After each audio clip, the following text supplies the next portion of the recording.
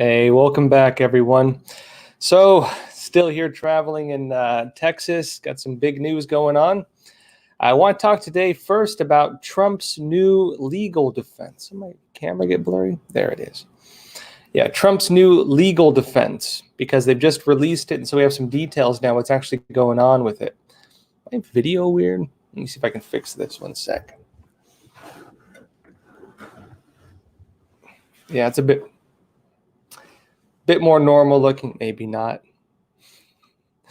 How you doing, everyone? Lee S. Kennedy, good to see you. Susie Q, good to see you. Hey, Jack Delaney, good to see you. Yeah, thanks for being here, everyone. All right, so let's start off with a few news stories. My light's weird. Let me try to get. Let me turn another light here because the light's all weird. 1 sec.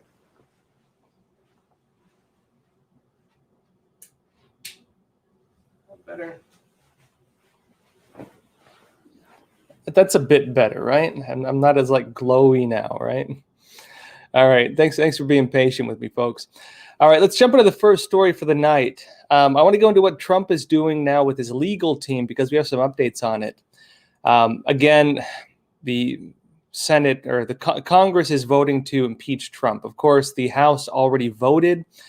It's now going to trial in the Senate, and Trump's legal team now has just released their arguments on the charges with this. So let's go over what they're actually doing now. All right, first story here, Epoch Times. It says Trump team impeachment managers lay out arguments for Senate trial. It says attorneys for former President Donald Trump and Democrat impeachment managers filed trial memorandums on February 2nd, today, outlining their arguments for the Senate trial expected to begin next week. The Democrat memo, the one from the Democrats, of course, alleges that Trump incited a mob that breached the U.S. Capitol on January 6 by sowing doubt about the integrity of the 2020 presidential election. The memo by Trump's legal team denies the allegation and argues that the trial is unconstitutional because Trump is no longer president. As I mentioned, very likely I said this was probably going to be his argument. Does seem to be the case. He's moving forward with that argument. Again, that they don't have the constitutional rights to impeach a former president. They waited till he was a private citizen to do this. And also they're denying that he, again, the accusations that he incited a mob to go and raid the Capitol building, given that, again, while he was still giving his speech, people had already breached the building, and FBI information now shows that people were pre-planning this to do what they did, meaning that Trump had nothing to do with the pre-planning, very likely, based on his statement, again, which was part of the allegation. Now, let's go into this. Trump's defense team tied nearly every argument in the trial memo to the overarching point that the trial is unconstitutional. So this is their fundamental argument, right? That the entire issue is unconstitutional. They argue that since the Constitution states that, quote, impeachment shall not extend further than to removal from office, and he's no longer in office, right? And disqualification to hold and enjoy an office, Trump cannot be tried since he can't be removed. Now, the constitutional provision requires that a person actually hold office to be impeached, according to the defense memo authored by Bruce Castor and David Scowen.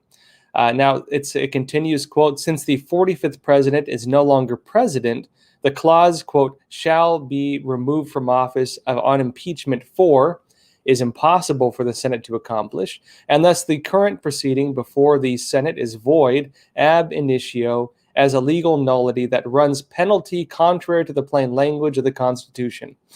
In other words, again, they cannot impeach a former president. He is now a private citizen. They cannot impeach him based on the arguments of the Constitution, which is what they're going on now. Now, it continues. The Republicans' focus on the constitutionality of the trial was lost on the impeachment managers, who devoted a significant portion of their memo to the argument that impeached former officials can still be tried. Now, the impeachment manager's memo cites a number of presidential examples. In other words, precedents, right?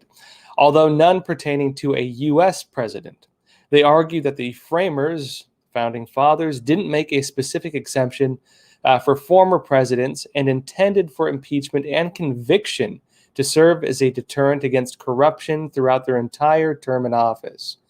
Now, the Democrats are arguing, quote, the framers were too savvy to make up a new rule at odds with centuries of historical practice that would allow officials to escape accountability by resigning at the last minute, or by waiting until near the end of their tenure in office to commit abuses, or by concealing misconduct until after they left public office, according to the impeachment manager's memo.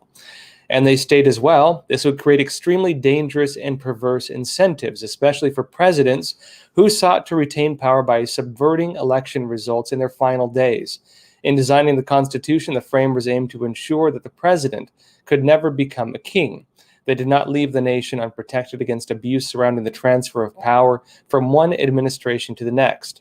Now, the Democrats' trial memorandum cites excerpts from Trump's January 6th speech, which is odd, again, because if they're suggesting that his speech was what incited people to actually breach the Capitol building, when, again, people were breaching it already while he was still giving his speech, meaning that, again, his speech did not incite those individuals, right? They're, again, basing their argument on this. For example, the memo claims, for example, that Trump exhorted followers to, quote, fight like hell or you're not going to have a country anymore. Now, the president actually said in reference to his team's courtroom efforts challenging the integrity of the election, quote, we fight like hell, and if you don't fight like hell, you're not going to have a country anymore. So in other words, they're quoting him out of context, right? They're saying Trump said that to incite people to go and raid the Capitol building. They were already raiding it when he said this. And the context of his speech wasn't telling his supporters to fight like hell in that regard. He was talking about his own legal team, saying, we fight like hell.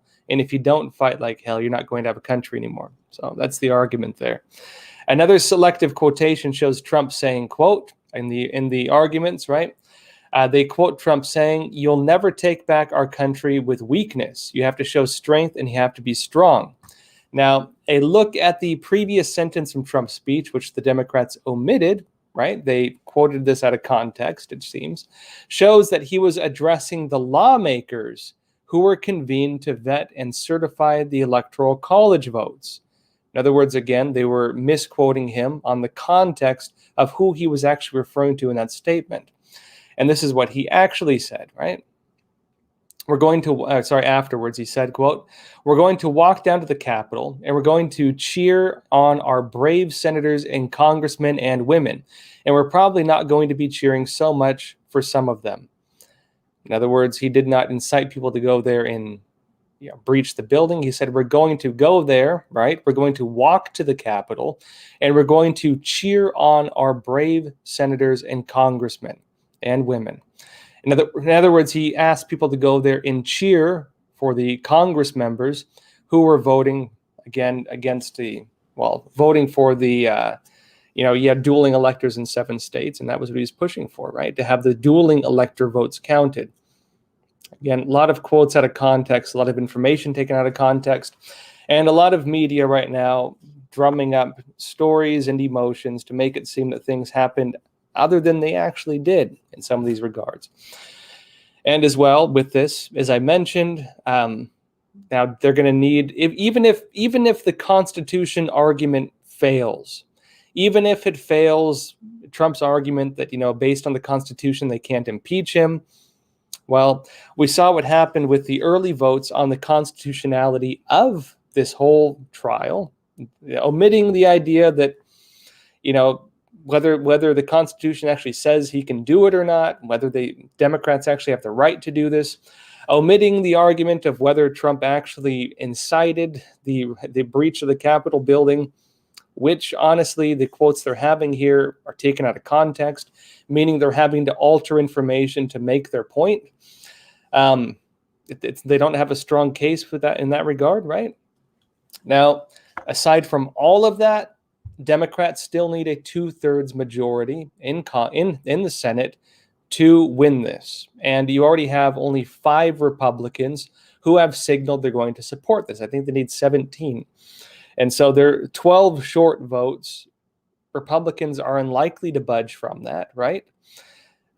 It's not likely that it's not likely they're going to get those other 12 Republican votes. And so based on this, really, it doesn't seem like they're going to have much of a case, to be honest. This does seem to be more like political theater, to be honest, than anything else. But we'll see what happens.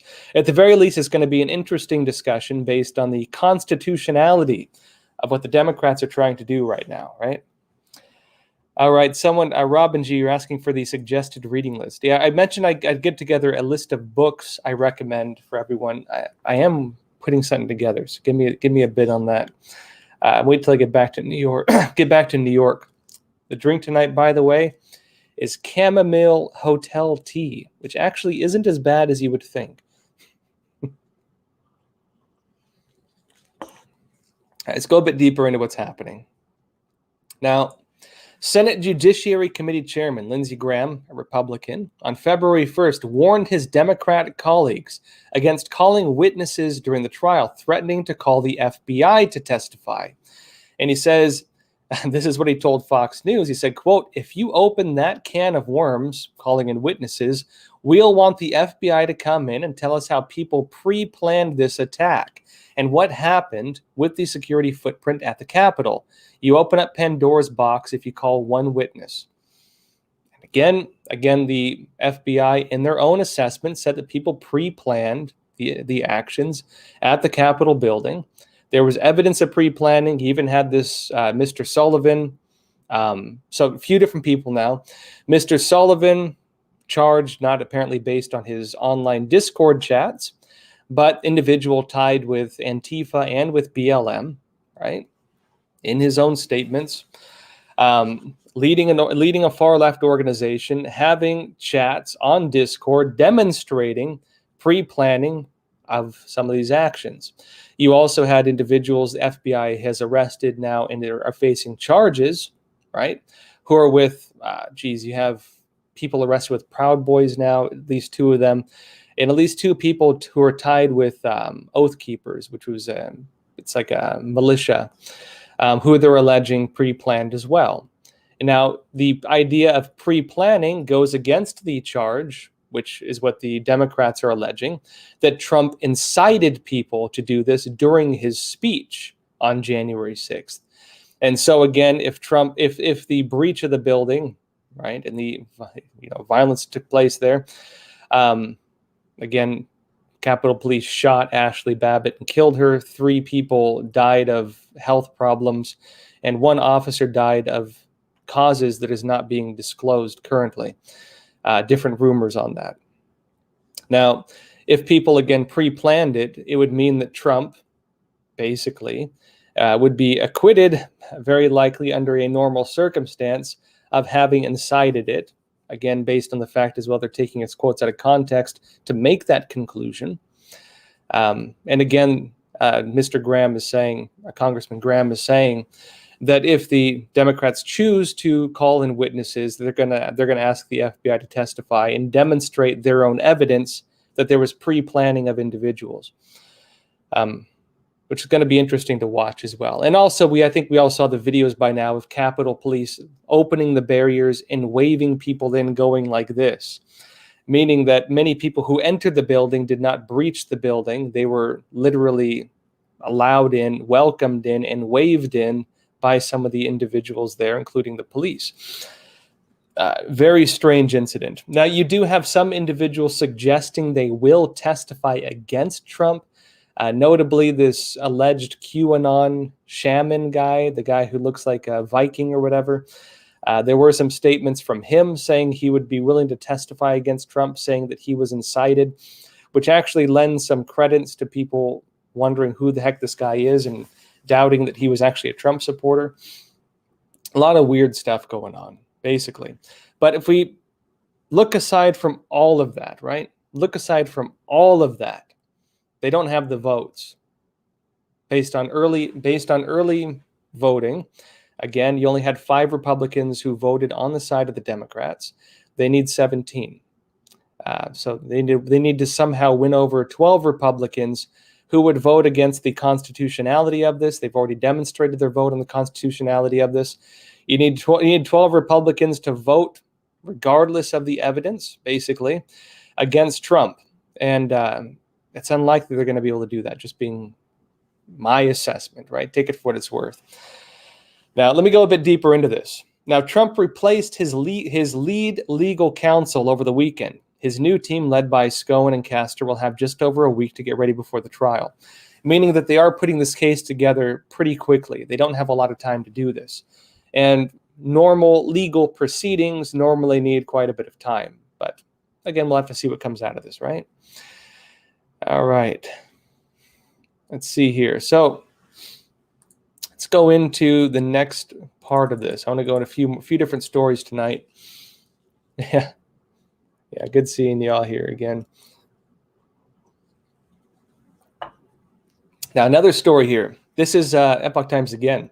And this is tying into some of the different pushback we're seeing on big tech right now. It says here, Florida Governor DeSantis to penalize big tech companies for unlawful practices. And this is interesting because while we saw, for example, the Trump administration trying to go after big tech on Section 230, right? Section 230 of the Communications Decency Act, which gives them legal protection, basically on the grounds that they are publishers, that they are platforms, not publishers, meaning they cannot be held legally liable for content on their sites and how content is dealt with, right? The argument being in removing that protection is that, well, they moderate to such an extent that they act like publishers. Now, that whole case is kind of being flipped upside down right now with a lot of the censorship we're seeing, because the grounds, for example, of deleting from the internet briefly, at least, Parler, social media website, was on the grounds from Amazon and other companies, was on the grounds that they were not able to moderate their content well enough, meaning that they did not violate their protections under Section 230, and that somehow not violating their legal liability to not over moderate based on political, bias, essentially, their protections they would normally have for not violating that, right? That they themselves should be deleted from the internet, rather than, again, the basis of their legal protection being that they're unable to moderate to that extent and should be given protection because they are not able to moderate to that extent.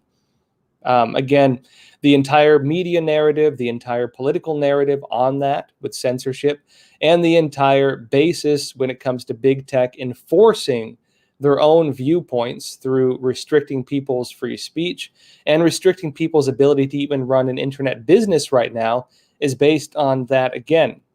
Now, we're seeing something interesting. We're seeing different countries, UK, other countries as well, pushing back now on big tech because they are concerned about the overreach of big tech and their ability to basically choose what discussions can be had online, choose, for example, what can be said or what cannot be said about different politicians, choose, for example, what news can be said about presidential elections in other countries. We've seen, for example, even African countries banning Twitter because they're concerned about the way the company is handling free speech when it comes to elections.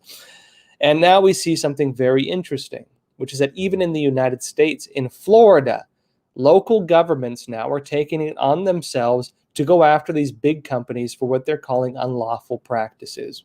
Let's go into this.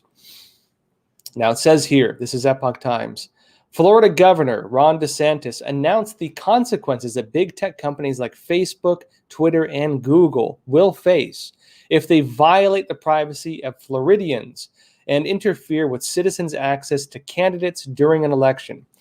We saw, for example, the basis of Louder with Crowder, right? Suing right now Facebook, as we discussed last night, was on similar grounds to this. Was that Facebook deleted his video, his live stream on Trump during a time, again, without giving a reason, during a time which suggested they were just trying to silence the president of the United States at the time, during a very crucial time. Now they're saying that type of censorship, even, for example, limiting the access of citizens to information on candidates during an election, could get some backlash on these big companies, meaning political censorship. Again, it says here, the Republican governor criticized the manipulation of news and censorship of certain individuals while detailing the new legislation's harsh penalties during a press conference from the Florida Capitol on Tuesday. And he said this, quote, Floridians should have the privacy of their data and personal information protected, their ability to access and participate in online platforms protected, and their ability to participate in elections free from interference from big tech protected. And this is interesting, right? Now, what is he saying? Have the privacy of their data and personal information protected. How do these free platforms make a profit? They make a profit by monitoring you, logging information on your interests, your communications, your contacts, and so on, and selling this to other countries or other companies, sometimes even foreign companies, right? And again, this is also one of the big concerns, even with UK right now, looking into some of these platforms, is how they're using information like this to manipulate people, how they use information, collecting personal data on you, to manipulate the kind of information, advertisement, and so on that you're being served. Now it continues, their ability to access and participate in online platforms protected. For example, these companies restricting your access to certain websites, to certain channels. He's talking about YouTube, Google, and Google owns YouTube. If they're restricting your ability to access an online platform, you could argue that's even a YouTube channel. So we mentioned even the channel you're watching right now, Crossroads, we are completely demonetized by YouTube, for example. And he continues, and their ability to participate in elections free from interference from big tech, protected. And big tech interferes in many ways, whether it be promoting certain news websites with very set political biases, right? So that you're only exposed to one, unless you really search for it, you're only exposed to one particular political viewpoint.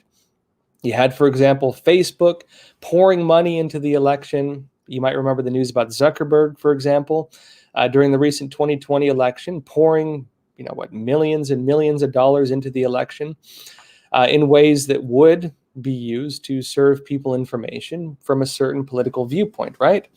You had many issues like this. Sorry, one sec. Yeah, a lot of different issues like this, right? Anyways, let's go deeper into this. Now, he said that over the years, quote, these platforms have changed from neutral platforms that provided Americans with the freedom to speak to enforcers of preferred narratives. Now, consequently, these platforms have played an increasingly decisive role in elections and have negatively impacted Americans who dissent from orthodoxies favored by the big tech cartel. In other words, the type of political bias censorship, the type of political bias select serving of information, the fact checkers demonstrating strong political bias. Again, the basis of Candace Owens suing some of these fact checkers, again, because of this.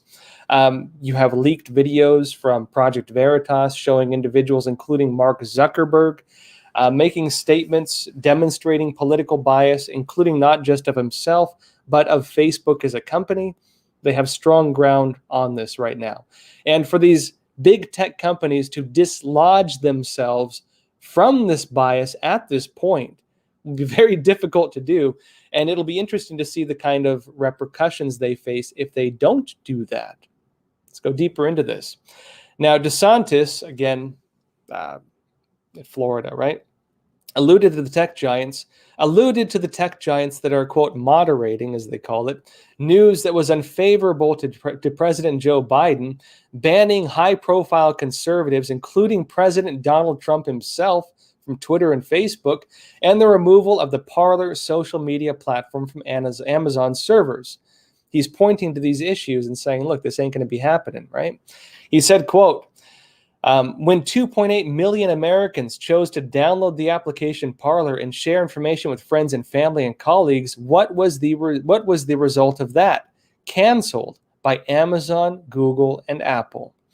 Now, DeSantis called for open, robust debate on issues that affect Americans rather than the outright censorship that big tech companies are currently engaging in. The governor said that companies are discriminating against citizens when they change their rules as it suits them, without warning or consistency. Now, under the new measure from the Florida legislature, the technology companies that deplatform a candidate during an election will face a daily fine of $100,000 until a candidate's access to the platform is restored. Now, $100,000, that's a slap on the wrist with big tech companies like Google and so on. So we'll have to see what this actually does to them. That is not a lot of money for these big tech platforms. Arguably, they probably, if they were to ban a big YouTube channel, for example, or several of them, they might lose 100,000 a week from, big ones. Or maybe if they ban 4 of them, they might lose the equivalent of this, right? This is not a huge amount. Technically, in my opinion, it should be much higher if it's actually going to stop anything, but we'll see how it goes. But continuing on this, they say if a technology company promotes a candidate for office against another, the value of that free promotion must be recorded as a political campaign contribution enforced by the Florida Elections Commission. This is a big one. In other words, if the companies, these tech companies, engage in the this is actually a bigger one. If these tech companies engage in the promotion of one candidate for office against another, the value of that type of promotion they do, which can be a lot of money, counts as a campaign contribution, which will then be under the enforcement of the law of the Florida Elections Commission. That can have a big impact. Really big impact, actually. Now it says, the bill will also empower the Florida Attorney General to bring action against big tech companies under Florida's Unfair and Deceptive Trade Practices Act if they violate the new policies laid out in the bill. And you might remember, right, this Unfair and Deceptive Trade Practices Act, that they can bring legal actions against these companies under it. Now, tech companies would have to give users advanced notice, warn them ahead of time of a rule change, if they change the rules, and before shutting down an account, and apply the rules consistently. Now, consistently is another big keyword here, because a lot of times they do not do this consistently, which is where you get the concerns, again, of political bias, selective censorship based, again, on political bias, right? That they are not doing this consistently. They will ban a conservative channel for one thing and allow another channel doing the same thing sometimes if it, aligns with their political beliefs, and let them keep doing what they're doing. And it continues, according to DeSantis, quote, and lastly, if a technology company uses their content and user-related algorithms to suppress or prioritize the access of any content related to a political candidate or cause on the ballot, that company will also face daily fines. Now, Florida's House Speaker Chris Sprouse said, quote, with our proposal, we are going to bring into the sunshine what I call the 5 families of darkness. Interesting phrase. Facebook, Twitter, Google, Amazon, and Apple. And he added, quote, these actors won't go unchecked here in Florida anymore. He said they have access to private information and the ability to exercise control over individuals' free speech. We're pushing the barriers to finally call out their convoluted and inconsistent standards for censoring, banning, and deplatforming. Now, reach out for comment. Twitter, Facebook, and Google did not immediately respond for requests to comment. Now, this is going to be interesting. Now, I mentioned $100,000 for Facebook or for Google. If it is in their political interest to censor and they deem that that is a big enough deal, the very act of censoring $100,000 a day, the very act of censoring is going to cost them close to that for some of the bigger channels or bigger folks they might be censoring. I can guarantee that they probably lost more money on Trump than that. You can look at the huge losses they've taken when they've done censorship like this on their stocks and stuff, for example. And the question is well, it raises the issue again of, to what degree do they view the value of censorship? We all watched, for example, Twitter and Facebook, their stocks dropped by billions of dollars after they launched this huge, censorship wave just recently, right? It was quite bizarre to watch, but it showed that they care less about their investors than they do about their own political ideologies. They care less about the interests of their board of directors and their investors in showing profit margins than they do about censoring people and preventing free speech on issues they don't agree with, right? Political-based censorship. And demonstrating as well double standards where people committing the same things were allowed to continue doing so while people they didn't agree with were censored. We saw this as one example with Parler being censored by Amazon Web Services, while allowing, for example, Twitter to keep doing what they were doing.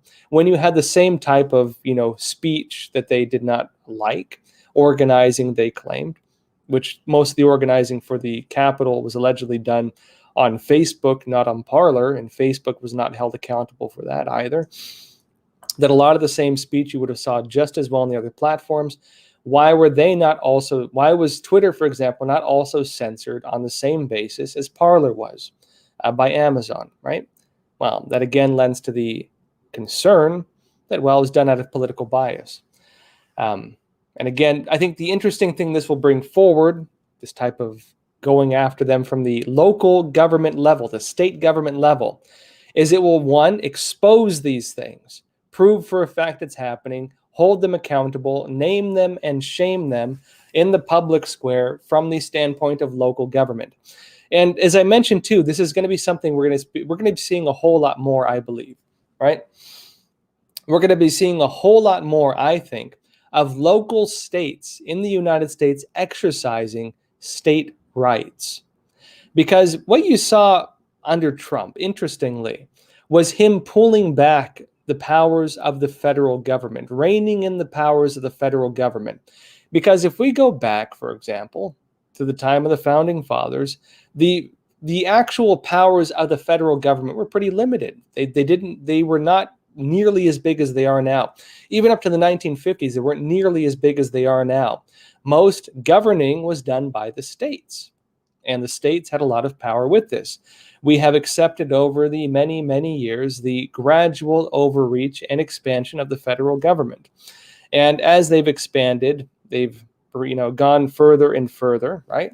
They've gone further and further into the realm of state rights, and states haven't really pushed back as hard against that as they could.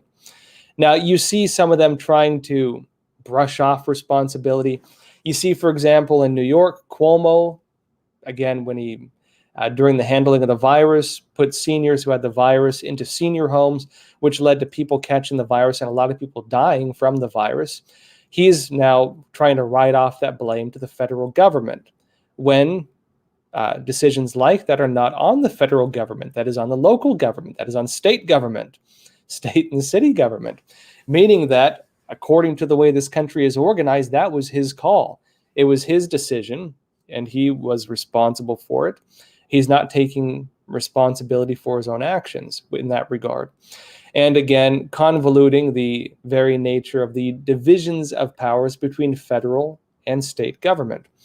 But what we're going to be seeing now, as we see now with Florida, as I just mentioned, is that state governments, as we see more federal overreach and as we see big tech behaving like local government in terms of their ability to enforce their own free speech laws and so on, we're seeing local governments, state governments, beginning to behave more in the way that they actually can, to exercise state rights to hold not only big tech accountable, but even as we're seeing with Texas, hold the federal government accountable. I believe we're going to be seeing a whole lot more of this going forward. All right, folks, let me answer some questions. I have trouble sometimes keeping track of them. Those of you who asked questions, post them in the chat, and I'll go over some of them now.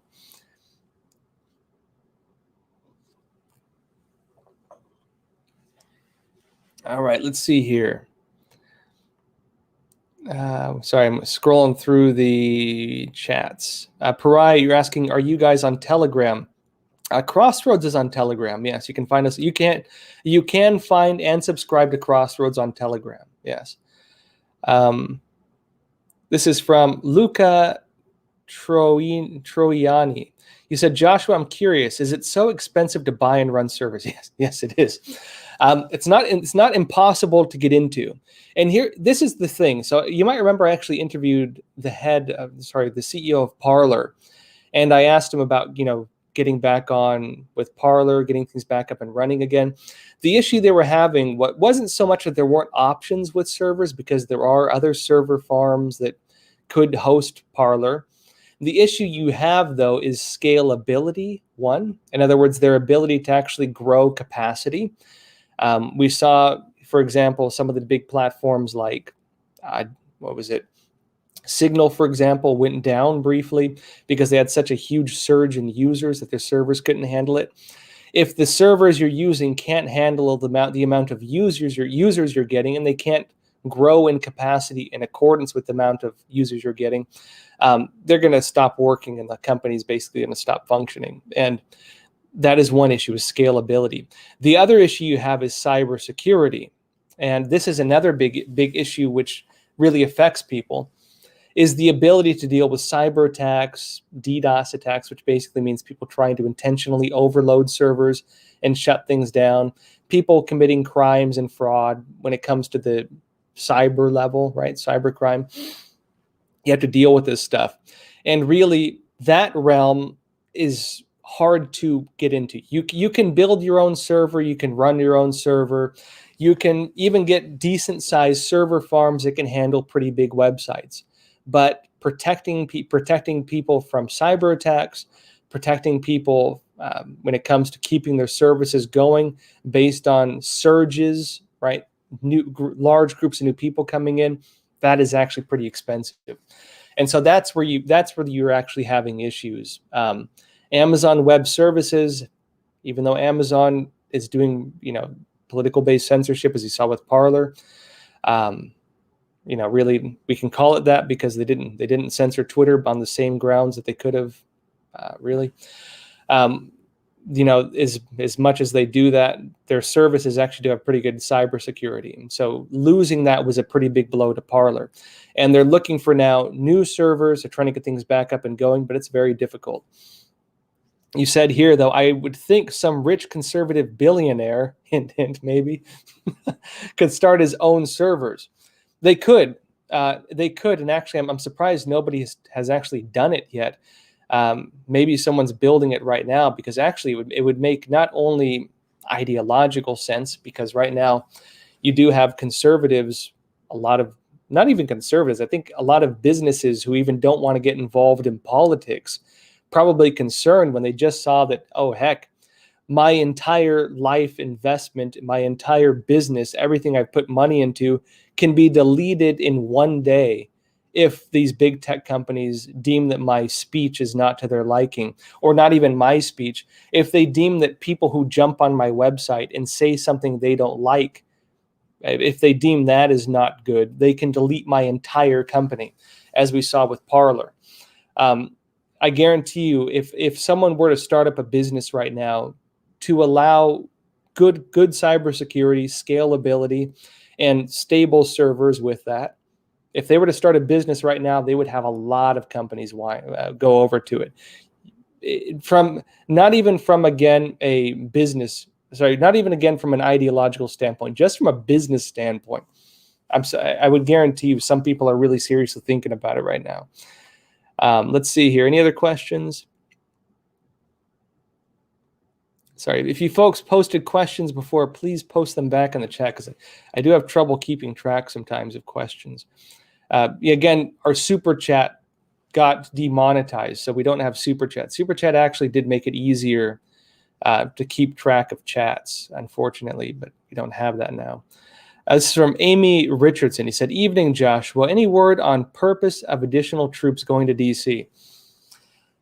Now, to be honest, so I was in Washington a couple weeks ago. I was there for the inauguration. They had, 25,000-ish troops on the ground. They looked bored. They did not look like they were worried. They did not look like they were concerned. They did not look on guard. There was hardly any people on the street other than some Biden supporters, some BLM protesters, and a handful of Antifa-looking folks. really, it was like dead in Washington. I didn't see a single Trump supporter. I heard one person, Masako, you might remember that Japanese journalist, told me she met, I think, one or two Trump supporters she interviewed. Most people were saying they didn't want to go near it because they feel they're being hunted by the Biden administration now. People are not interested in going there and putting their lives on the line to go and protest right now. Especially the media trying to go after anybody who would go there and protest. The basis of them having troops on the ground is presumably that they're afraid of a repeat of the Capitol siege. There's no evidence that that's happening. You did have this rumored protests, these protests in all 50 states, armed protests. I think I saw a picture of maybe 5 people who actually participated in those protests at the end of the day. Nobody knew who actually started that. The only places it was tracked to were far left accounts, people seeming to be trying to trick conservatives into doing that. Whole thing is bizarre. It's not clear why they feel they need that level of security, to be honest. Based on what I'm seeing, purely my own analysis, I think it's just political theater. I think they're just trying to play up this, threat to our leaders and trying to justify this new, domestic terrorist investigation they want to do, trying to make it appear that there's some giant threat in this country from the average American or something like that. That is the only reasoning I could think of with this, because being in Washington, it did not feel tense at all. It did not feel like there was security concerns at all. The National Guard troops didn't even have their guns loaded. They didn't have their magazines in their rifles. Honestly, it looked like political theater, to be honest. Let's see here. MK, you're asking, Joshua, did he hear Mike Lindell on Newsmax today? What is their problem? I did not. I've been in transit all day, but I did hear a bit of it, that there's some issue with them talking about election fraud. It's complicated. I know that if you talk about, for example, Dominion and stuff, people are worried about it because they're going around filing lawsuits against people. I can understand it. You do have pretty much these big tech companies trying to go after people, alleging,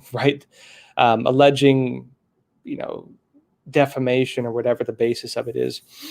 And the concern is that if this goes to trial, will it get a fair trial? The issue isn't so much whether you could fight a case like this on normal grounds, I think. The issue is going to trial. And the question is whether you can actually get a fair trial, bringing up evidence and arguments on reporting on election fraud at this time, when judges would have to, through the very nature of that trial, essentially say election fraud took place if you're going to be found innocent of the charges brought against you.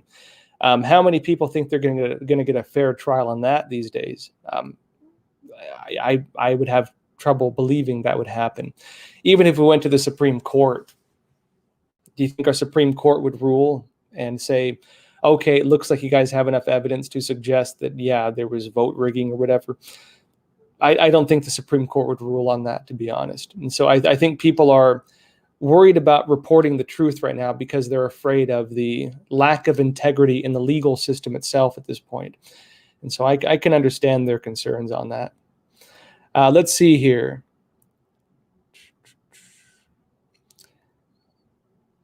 Yeah, Glory B, you're saying, is anyone going to stand up for our Constitution? Actually, interesting story. So I'm here in Texas, and I've been driving around quite a bit.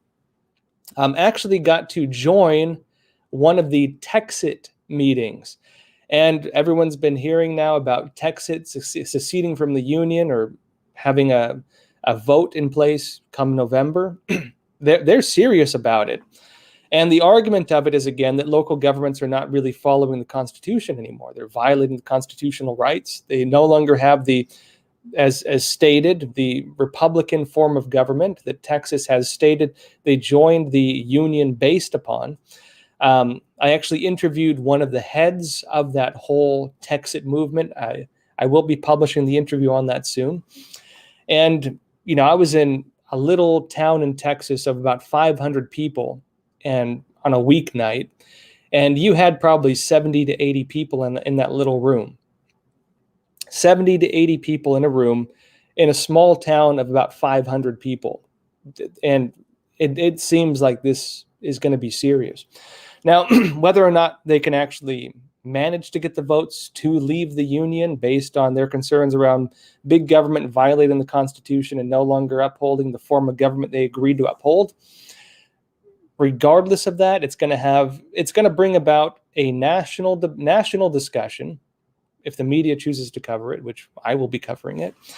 It'll bring about a national discussion on whether our government has been following the boundaries and has been acting within the boundaries of government, or whether they've been overstepping the boundaries of government. And if they overstep the boundaries of government, that means they're stepping into the realm of our own personal rights, of our constitutional rights. If they overstep it, they are in our territory.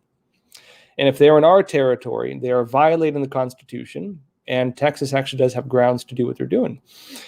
I'll be honest, I've said before about this Texit movement, Texit leaving the union, becoming an independent nation. I think my point with this, I think it'll bring about this interesting discussion. But really, after seeing today this meeting they had and hearing the whole spiel on it, hearing their arguments for it, to be honest, I think they actually might accomplish it. I think Texas may actually get the votes to leave the union. After today and watching the statements, and I interviewed one of the individuals and I asked him kind of every question I think people would have in terms of the legalities of it and the challenges to it. I think they actually have a solid case. And frankly, the narrative they're basing it on is strong enough where I think a lot of Texans are going to vote for it. I could see this actually seriously turning into something. And actually, it's possible other states could do it also. After hearing the arguments that they're making on the Constitution, I think they actually do have a basis for it. We'll have to see. And again, I'll say it one more time. I think they have a real shot at it. I honestly wasn't sure if they'd have a shot at it first. After today, I think they have a real shot at it. All right, folks. Let me go into some more stories here. Oh, yeah, and also I'll be publishing the interview I did on that pretty soon as well, so stay tuned for that. I think you folks will like it. All right, next story up. This is an interesting one of which I think could be interpreted in many ways, and frankly caught me by surprise. All right, so Jeff Bezos, the CEO of Amazon, he's announced now that he's going to be stepping down as CEO. And this comes out of nowhere, to be honest, because I think those of us who have read news articles about Jeff Bezos and his business ambitions and what he aims to do through Amazon, this guy was looking to conquer the business world through business, through big tech and through big business. Him stepping down from his position as CEO is out of character, I think. And let's go a bit into what's happening right now. Then we'll go a bit deeper into this. All right, this is the Associated Press, AP, published through Epoch Times, right? Now it says Jeff Bezos, who founded Amazon and turned the company into an online shopping behemoth, is stepping down as its CEO, a role he's had for nearly 30 years. He'll be replaced in the fall by Andy Jassy, who runs Amazon's cloud computing business. Bezos, 57, will then become the company's executive chair. In other words, he's still maintaining some power within Amazon, right? It continues, in a blog post to employees, Bezos said he plans to focus on new products and early initiatives being developed at Amazon. And he said he'll have more time for side projects, his space exploration company, Blue Origin, the newspaper he owns, the Washington Post, and his charities. Now, Amazon is one of the last big tech giants and to have a founder as CEO. I won't go too deep into this, but it's interesting now that he's stepping down as CEO of Amazon, basically, and keeping some role at Amazon, but basically to allegedly focus more on his other initiatives, namely the Washington Post, which he owns, and his other charities, and his space exploration company, Blue Origins. Now, Bezos obviously has his own political stance, his own goals in mind. At the very least, we can see the stance of Washington Post, very politically biased in their own regard. And we see Bezos now stepping more into the charities realm. Now, this is going to be interesting to watch as we see as well Trump, right, Donald Trump, enter the realm of a private citizen, because Trump is going to be working on the grassroots. Presumably, maybe after this week when he has to face trial with Democrats and their impeachment attempt, right? Trying their impeachment. It's going to be interesting to watch that afterwards, and Trump is a private citizen working on his office of the former president, going to be taking action then when it comes to, as he stated, grassroots, community organizing, activism, these types of things. We'll have to see what Bezos actually does, but it's possible that Bezos, working through Washington Post, which really is more activist style journalism these days, as have many newspapers become, and his charities, we'll have to see what they focus on, that he may be focused more on kind of being like the anti-Trump, so to speak, in terms of his own activism in this regard, or his activities in general in this regard. We'll have to see how this unfolds. Maybe there's more to it. Maybe we're not being told the real reason why he's stepping down as CEO, because he was doing these other things anyways. But something's going on, right? Now, another story folks might be interested in here. This is Epoch Times again. It says here, massive state-level coalition sounding alarm on Democrats' voter registration and election reforms. Now, after the elections 2020, like the country right now, I'd say, is pretty dang divided. Democrats are trying to impeach the former president now, who is a private citizen, which is not really within the realms of the Constitution, trying to impeach him based on him alleging that he incited protests because Americans are concerned about voter fraud. Rather than try to restore the integrity of our election system in Virginia, again, the changes to the election system were deemed illegal. In New York State, we had a House seat flip from Democrat to Republican after it was determined that the signatures were invalid, right, on the votes. In Arizona, for example, Maricopa County is doing its audit of the election system with limited scope. The state Senate is doing their own audit in addition to that, out of concern that the Maricopa County audit will not actually encompass the real concerns, meaning that you actually do have evidence and proven evidence. If Virginia was deemed illegal, for example, that illegal issues took place during the 2020 elections.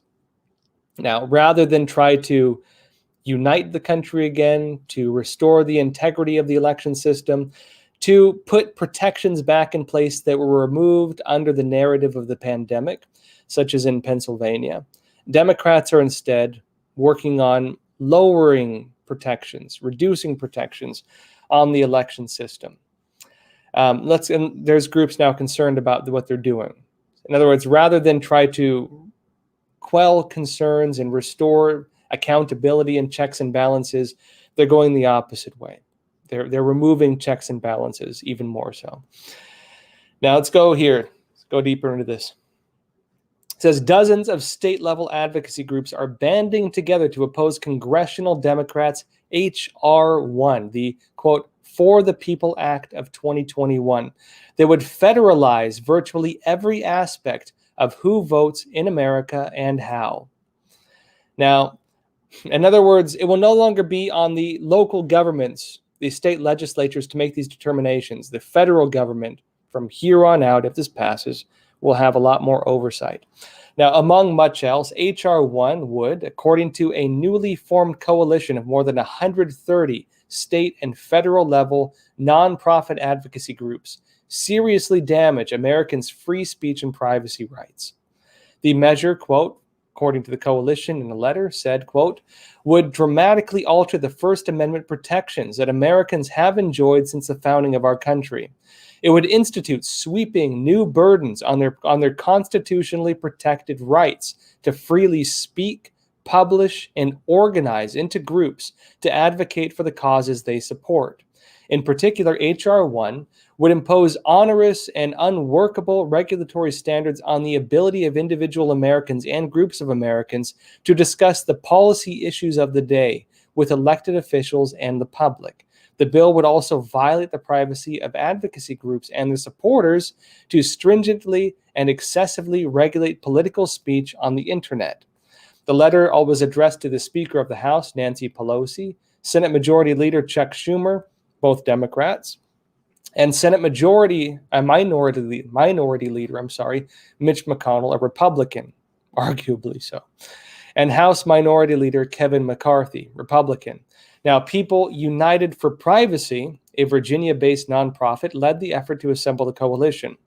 The coalition is especially worried about a provision requiring public disclosures of nonprofit donors, thus, quote, subjecting citizens who contribute to nonprofit organizations to harassment and intimidation by making their personal information available in a searchable government database. And we saw, for example, in this last election, that even people who donated for Trump were doxxed. They had their personal information published online by mainly Democrat-aligned individuals, right? They had their private information published online because they were being named and shamed for their political donations. In other words, Democrats have already demonstrated, right? Democrats have already demonstrated that they are willing to dox people and name and shame people and allegedly possibly even target people based on their donations to nonprofit organizations, right? And so this new act would write that into federal law, essentially. And they're saying, quote, this mandate focuses public attention on the individuals and donors who support causes instead of on the messages communicated by those organizations, exacerbating the politics of division and personal destruction, and further coercing political discourse. This would have a considerable chilling effect on civic engagement and free speech. Now, the coalition is opposed to provisions of H.R. 1 that expands the definitions of, quote, electioneering communications from campaign ads to include digital advocacy advertising. Now, among these state-level groups whose leaders signed the letter are the Alabama Policy Institute, California Policy Institute, Alaska Policy Forum, the Badger Institute of Wisconsin, Goldwater Institute, Empire Center for State Policy, so on, so on, so on. I won't name them all. Now, later this week, the Texas Public Policy Foundation will release an analysis of H.R. 1's nationalization of mail-in voting and its impact on current state laws and regulations intended to ensure election integrity. Now, the analysis, an advanced copy of which was made available to the Epoch Times, includes a case study of California's extremely lax voter verification requirements, including the fact a new voter is only asked once to provide identification that verifies who they claim to be. Now, it says here, right? In the 2020 general election, 87% of the votes in California were cast by mail. How a newly registered voter would ever show their ID when voting by mail the first time appears problematic. Further, even if they did show up to vote in person, California's proof of residency includes several forms of identification that do not confirm eligibility to vote, in that they don't provide citizenship. Now, the study noted that California, with the nation's greatest number of registered voters, more than 22 million, operates on an honor system. The author saw this personally. This is a quote, right? The author saw this personally when walking his own precinct during one of his re-election campaigns for state assembly. He knocked on the doors of a registered voter's home and asked for the voter. The person who answered the door indicated he was the person. The author asked for his vote, and he met with a confused look. He said, quote, I am not a citizen. That's according to the person. And continues, quote, they were a citizen of the People's Republic of China. Yet somehow this individual was signed up to vote. And they're saying, quote, H.R. 1 would impose California's lax voter identification standards on the entire nation by allowing for a sworn statement of a voter eligibility in place of verified identification. It also further observes that, quote, while H.R. 1 would make it difficult to prevent non-citizens from registering to vote and even from voting, another portion of the bill would also make it more difficult to remove deceased voters and those who moved out of the state from the voter list. Now, I won't go too much deeper into this, but essentially, it's taking some of the most controversial issues we had in the 2020 election in terms of how the election was done and instituting this as a national standard at the federal government level. This will make it so that from the standpoint of the federal government, this will be the way elections are done going forward, meaning that the relaxation of voting standards done under the pretext of the pandemic, right? Under the pretext of the pandemic and protecting people from the pandemic will be the way elections are done going forward if this passes. That the relaxing of our voting standards, of the election standards, again, will essentially become the standard way of doing things across the entire United States. That's what's in the works right now. All right. Now, folks, it's getting a bit late. I've been in transit most of the day, so I'll call it a night here. But again, I'm going to be doing these lives. We do them Sunday through Friday. So be sure to tune in again tomorrow, 10:30 p.m. Eastern Time. And as always, again, please do like and share this. Yes, we've been demonetized by YouTube completely. We do have a chance again to appeal it next month. We'll have to see how that goes. In the meantime, if you do want to support us, you can support us on DonorBox or on Patreon. You can find the link to those in the description below this video. And as well, folks, as always, appreciate your support. I always enjoy talking with y'all. Again, as always, as well, please take care of yourselves, stay informed, and stay free. Thank you.